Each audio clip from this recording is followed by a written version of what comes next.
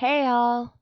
Amanda back with your American Ninja Warrior All-Stars recap for 2020, and what an amazing show it was.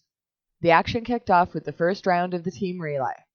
Stage 1 consisted of Archer Alley, Spin Your Wheels, the Double Dipper, the Jumping Spider, Tire Run, the Warped Wall, the Diving Boards, and the Twist and Fly. Team Akbar went first with Grant McCartney taking on the first 3 obstacles, Jake Murray clearing the next 3, but shortly after tagging partner Alyssa Beard, she misstepped on the diving boards and hit the water. Next up was Team Zuri with 3 rookies from last season. Starting things off for her team was Cake Ninja David Wright, followed by Big Red Seth Rogers, both of whom took advantage of the lower age limit last year, starting their ninja careers at 19, and ending the run was Nurse Maddie Howard, who hit the buzzer at 2:31:48. Last up was returning champion Matt Eisman, and he brought with him the big cat Kirsten Williams, and yes, his mother was in the audience cheering him on, as well as veteran Ryan Stratus and Michelle Warnke, who hit a buzzer with a time of 2:29:16, sending Team Matt straight on to round 3, while Team Akbar and Team Zuri faced off for a chance to join them. Later in the night, Team Zuri led off round 2, where the athletes faced off against the giant walk the plank, the extension ladder, snapback, swing surfer, the grim sweeper, and water walls. The rookies looked quite confident running this course, which started with Maddie, followed by Seth, and left the water obstacle for the lifeguard David Wright. They hit the buzzer with a time of 2:34:11. However, for Team Akbar, Jake sailed through the first leg of the course, while Alyssa Beard became the first woman to complete snapback. But the highlight of the run for me was when Grant took to the water and held his breath through the first 2 walls and almost straight through to the end. He took one quick breath to burst through the final door and hit a buzzer with a time of 2:71. This sent Team Akbar to face off against Team Matt for the finals. Before the final skills competition of the night, we saw round 3, which included the Grip and Tip, Iron Summit, Crazy Clocks, the Ultimate Cliffhanger, Pipe Dreams, Cane Lane, and the Flying Bar. Team Akbar was up first, and a very focused GMAC, yeah, they seem like they're pushing that now, put in a very solid performance, tagging to friend Jake Murray, who flew through the middle section in 1 minute and 2 seconds. Alyssa made it to the end of Cane Lane, but gassed out at the end and dropped at 4:18:73. The team relay ended with Team Matt sending out Michelle Warnke, who not only skipped handles along the way, but who I also believe was the first woman to ever complete Iron Summit. You can let me know in comments if that's wrong, where she tagged to Ryan Stratus, who struggled on Pipe Dreams, but made his way to Kirsten Williams, who gave it his all through Cane Lane, and we all got nervous thinking he might not be able to hold on, but he pulled through and completed the course, hitting the buzzer, and defending Matt's title as 2-time Team Ninja Relay champion. And that was only half of it. In between relay rounds, we had some of the top ninjas compete head-to-head in skill challenge competitions, and we started things off with the fearsome Ferris wheel. But this was no regular head-to-head. This was student versus teacher for bragging rights, and we started off with Dave Cavanaugh and his apprentice Lucas Reale. It was a close race all the way through, but mentor Dave hit the buzzer by less than 2 seconds to advance to the finals. Then it was 2 of the biggest fan favorites in the business, when last year's runner-up to the $1 million, Daniel Gill, took on newcomer superstar Mathis Kidawati, and because these 2 thrive on pushing each other to the limit, they took on the obstacle blindfolded. The kid struggled a lot to make his way up the outside of the wheel, while Daniel was slow and steady. Both hung on during the wheel's turn, but the kid dropped out at the bottom of the wheel, while Daniel gassed out halfway up the ladder. The final showdown was between Daniel and Dave, but having spent most of his energy the previous round, Dave took the lead and the win by about 2.5 seconds. Dave received his medal and was promptly lifted by Daniel and Lucas and tossed into the water. The next skills challenge was the striding steps, and for such a straightforward obstacle, the ninjas brought out the fun. The Towers of Power Bros were back and ran head-to-head where Dan Palizzi fell off the path halfway back to the buzzer, and partner Brandon Mears fell on the last step but made it further so advanced to the semifinals.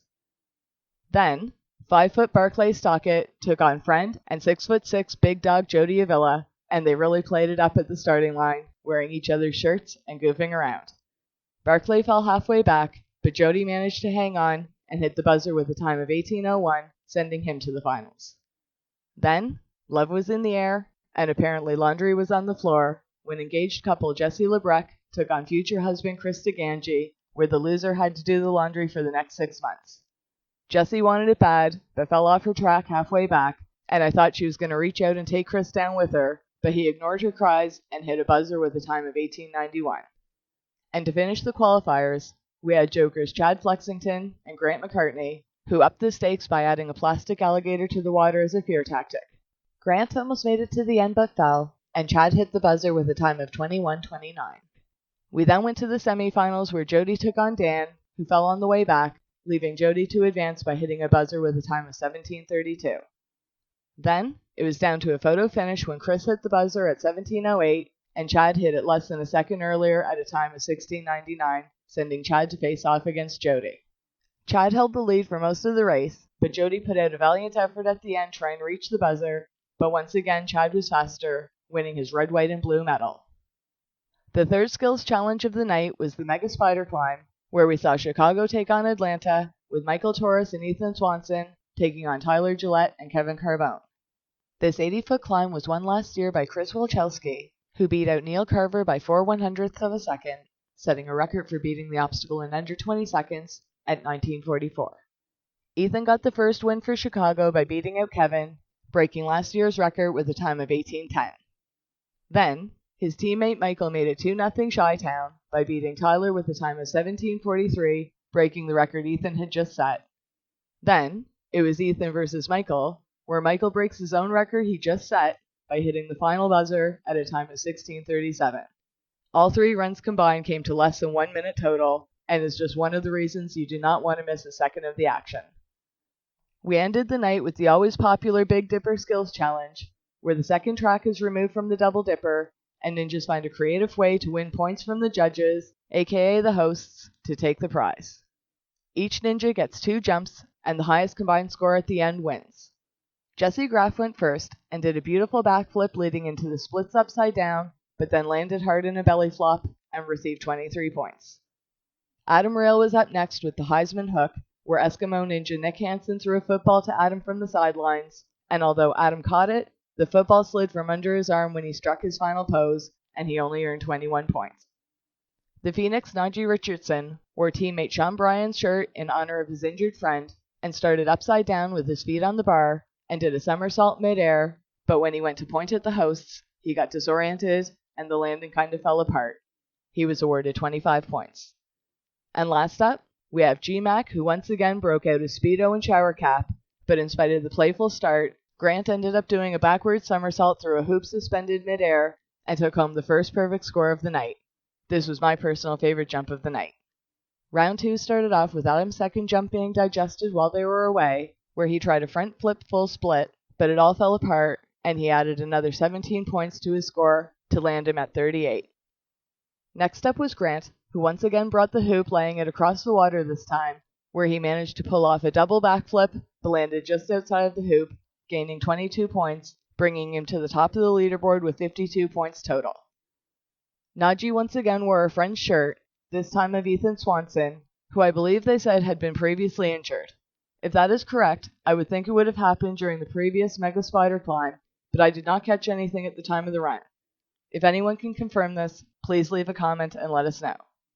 Najee tried to replicate Swanson's jump from the previous year, and after doing Ethan's famous stomp, he did a twisting backflip that had a sloppy landing, adding 21 points to give him a 51-point total. Last up was the pose used for most of the promotion of this show, where Jesse Graff pulled off the super split. It's hard to visualize without seeing it, but Jessie started at the top of the ramp by doing the splits against the bar, with a leg on either side, and pulled herself forward, where she let go of the bar and flew through the air, striking a superhero pose. Her legs were straight back and fist out in front of her and landed in the water. She earned a perfect 10 and tied Grant at 52 to force a jump off. Jessie went first and, starting backwards, pulled off a tuck with a 1.5 rotation, landing in a perfect dive. She earned her second 30 of the night. Grant knew the pressure was on, so he enlisted the help of friend Adam Rail, and as they both held onto the bar, Adam wrapped his legs around Grant, and as they rode the bar down the track and released, together they did a perfect backflip and landed in the water. Grant and Adam win another perfect 10, and we end the night in a tie, with all the ninjas jumping in the water. The show was way more exciting than I thought it would be, and I was pleasantly surprised. By a lot of things. This is definitely going to be an interesting season. And on a side note, Zuri Hall was absolutely hilarious through the entire show, and I think she's a wonderful match for Mada Akbar. There are a lot of changes to come this season, and I'll be back with an all-new prediction video shortly. I have heard of some of the changes, and I have a pretty good idea of how this season may go, but as we all know, on American Ninja Warrior, anything can happen, so be sure not to miss a moment of the action, and check out Season 12, starting Monday, September 7th, 2020, on NBC. Check your local listings for times. There will only be 150 ninjas this season, and only 8 episodes total, so stay tuned, and I'll try to share the info I've heard, the recaps after the fact, and of course, my own prediction videos, just for fun. So please feel free to play along, and let me know who you're hoping to see this season, and what you think of the new changes. I hope you all enjoyed the American Ninja Warrior All-Stars, and I'll see you in the next video.